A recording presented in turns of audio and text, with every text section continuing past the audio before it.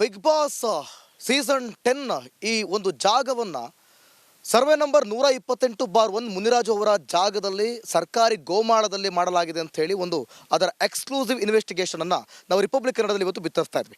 ಈ ಸಂದರ್ಭದಲ್ಲಿ ನೀವು ನೋಡ್ತಾ ಇರ್ಬೋದು, ಇಲ್ಲಿ ಬಿಗ್ ಬಾಸ್ ಮನೆ ಇರುವಂಥದ್ದು, ಅದರ ಕಾಂಪೌಂಡ್ ಯಾವ ರೀತಿ ಅಲ್ಲಿವರೆಗೂ ಕೂಡ ಕೆರೆವರೆಗೂ ಕೂಡ ಹೋಗಿರುವಂಥದ್ದು ಅಂತ. ಅಂದರೆ ಇಲ್ಲಿ ಇದರ ಜೊತೆಯಲ್ಲಿ ಕೆರೆಯನ್ನು ಎಷ್ಟರ ಮಟ್ಟಿಗೆ ಒತ್ತುವರಿ ಮಾಡಿದ್ದಾರೆ ಅನ್ನುವಂಥದ್ದು ಕೂಡ ನಿಮಗೆ ರಿಪಬ್ಲಿಕ್ ಕನ್ನಡದಲ್ಲಿ ಎಕ್ಸ್ಕ್ಲೂಸಿವ್ ಆಗಿ ತೋರಿಸ್ತಾ ಹೋಗ್ತೀವಿ, ಬನ್ನಿ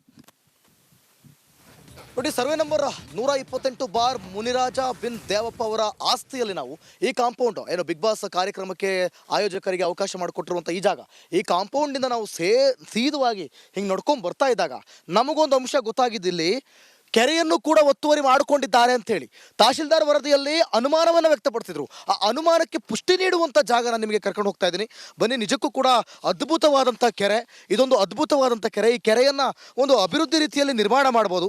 ಈ ಕೆರೆಯನ್ನು ಎಷ್ಟರ ಮಟ್ಟಿಗೆ ನೋಡಿ, ಇಲ್ಲಿಂದಲೂ ಕೂಡ ಅಕ್ವೈರ್ ಮಾಡ್ಕೊಂಡಿದ್ದಾರೆ.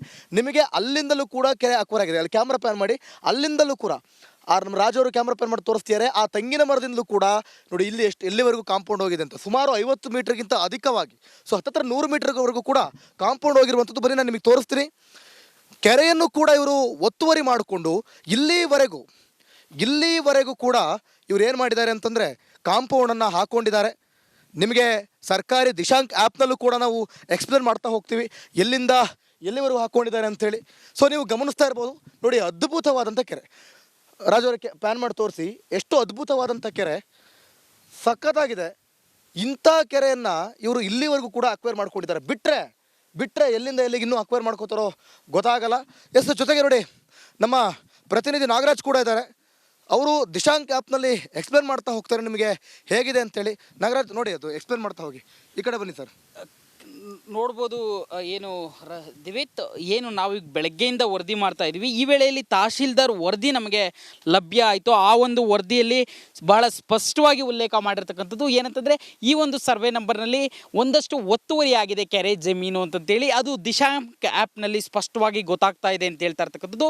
ಸರ್ವೆ ಮತ್ತು ಲ್ಯಾಂಡ್ ರೆಕಾರ್ಡ್ಸ್ ಇಲಾಖೆಯಲ್ಲಿ ಏನು ಮೌನಿಶ್ ಮುದ್ಗಿಲ್ ಅನ್ನೋ IAS ಅಧಿಕಾರಿ ಅಲ್ಲಿ ಆಯುಕ್ತರಾಗಿದ್ದಂಥ ಸಂದರ್ಭದಲ್ಲಿ ಈ ದಿಶಾಂಕ್ ಆ್ಯಪನ್ನು ಸರ್ಕಾರದ ಪರವಾಗಿ ಜನರ ಉಪಯೋಗಕ್ಕೆ ತಂದುಕೊಟ್ಟಿರ್ತಕ್ಕಂಥದ್ದು. ನಾನೀಗ ಈ ತೋರಿಸ್ತೀನಿ, ನೋಡ್ತಾ ಇರ್ಬೋದು. ಇದು ಸರ್ವೆ ನಂಬರ್ 128 ಏನಿದೆ, ಇದರಲ್ಲಿ ನೀವು ಈ ಬ್ಲೂ ಕಲರ್ ಭಾಗದಲ್ಲಿ ಬಂದಿರೋದನ್ನು ಭಾಳ ನೀಟಾಗಿ ಗಮನಿಸ್ಬೋದು. ಎಷ್ಟು ಭಾಗ ಏನು ದಿವಿತ್ ಈಗಾಗಲೇ ತೋರಿಸಿದಂತೆ ಆ ತೆಂಗಿನ ಮರದಿಂದ ಇಲ್ಲಿವರೆಗೂ ಸಾಕಷ್ಟು ದೂರ ಏನು ಒತ್ತುವರಿಯನ್ನು ಮಾಡ್ಕೊಂಡಿರ್ತಕ್ಕಂಥದ್ದು. ನಾವು ಬಿಗ್ ಬಾಸ್ ಏನು ನಿಯಮಗಳನ್ನು ಉಲ್ಲಂಘಿಸಿ ಇಲ್ಲಿ ಒಂದು ಶೋ ನಡೆಸ್ತಾ ಇದೆ ಅನ್ನೋದನ್ನು ವರದಿ ಮಾಡೋಕ್ಕೆ ಬಂದಾಗ ತಹಶೀಲ್ದಾರ್ ವರದಿ ಇದಕ್ಕೆ ಪೂರಕವಾಗಿ ಸಿಕ್ತು. ಅದರಲ್ಲಿ ಗೊತ್ತಾಗ್ತಾ ಇರ್ತಕ್ಕಂಥದ್ದು, ಇಲ್ಲಿ ಕೇವಲ ಬಿಗ್ ಬಾಸ್ ಶೋ ಮಾತ್ರ ನಿಯಮಗಳನ್ನು ಉಲ್ಲಂಘಿಸಿ ನಡೀತಾ ಇಲ್ಲ, ಬದಲಾಗಿ ಇದರ ಮಾಲೀಕರು ಸಹ ಒತ್ತುವರಿಯನ್ನು ಮಾಡ್ಕೊಂಡಿದ್ದಾರೆ ಅನ್ನೋ ಅಂಶ ಬಹಳ ಸ್ಪಷ್ಟವಾಗಿ ಗೊತ್ತಾಗ್ತಾ ಇರ್ತಕ್ಕಂಥದ್ದು. ದಿವೇತ್, ಅಲ್ಲಿಗೆ ನಾಗರಾಜ್ ಕೆರೆಯನ್ನು ಕೂಡ ಅಕ್ವೈರ್ ಮಾಡ್ಕೊಂಡಿದ್ದಾರೆ. ಅಂದರೆ ತಹಶೀಲ್ದಾರ್ ವರದಿಯಲ್ಲಿ ಇರುವಂಥದ್ದು ಸಾಕಷ್ಟು ಪುಷ್ಟಿ ನೋಡುವಂಥ ಸತ್ಯಾಂಶ ಕಾಣ್ತಾ ಇದೆ ಅಂತ ಆಯ್ತು ಅಲ್ಲಿಗೆ. ಹಾಗಾದರೆ ಪ್ರಮುಖವಾಗಿ ಈಗ ದಿಶಾಂತ್ ಸರ್ಕಾರಿ ಆ್ಯಪ್ನಲ್ಲೂ ಕೂಡ ಅದು ಕಂಡು ಬರ್ತಾ ಇದೆ, ಕೆರೆ ಒತ್ತುವರಿ ಆಗಿರೋದು ಕೂಡ ಕಂಡು ಬರ್ತಾ ಇದೆ. ಅಂದರೆ ತಹಶೀಲ್ದಾರ್ ಆಗಿರ್ಬೋದು, ಸಂಬಂಧಪಟ್ಟ ಅಧಿಕಾರಿಗಳಾಗಿರ್ಬೋದು, ಪ್ರಮುಖವಾಗಿ DC ಬಹಳ ಎಚ್ಚೆತ್ಕೊಳ್ಬೇಕಾಗುತ್ತೆ. ಈ ಒಂದು ಆಯೋಜಕರಿಗೂ ಕೂಡ ಕಡಿವಾಣ ಹಾಕಬೇಕಾಗುತ್ತೆ, ಕ್ರಮವನ್ನು ತೆಗೆದುಕೊಳ್ಬೇಕಾಗುತ್ತೆ. ಮತ್ತು ಈ ಕೆರೆ ಒತ್ತುವರಿ ಆಗಿದೆಯಲ್ಲ, ಇದ್ರ ಬಗ್ಗೆಯೂ ಕೂಡ ಕ್ರಮವನ್ನು ತೆಗೆದುಕೊಳ್ಬೇಕಾಗುತ್ತೆ, ಕಾದು ನೋಡಬೇಕಾಗುತ್ತೆ ಯಾವ ರೀತಿ ಕ್ರಮವನ್ನು ತೆಗೆದುಕೊಳ್ತಾರೆ ಅಂತ ಹೇಳಿ. ಕ್ಯಾಮ್ರಾ ಪರ್ಸನ್ ರಾಜು ಜೊತೆ ಅಶ್ವದೀತ್ ಹಾಗೂ ನಾಗರಾಜ್,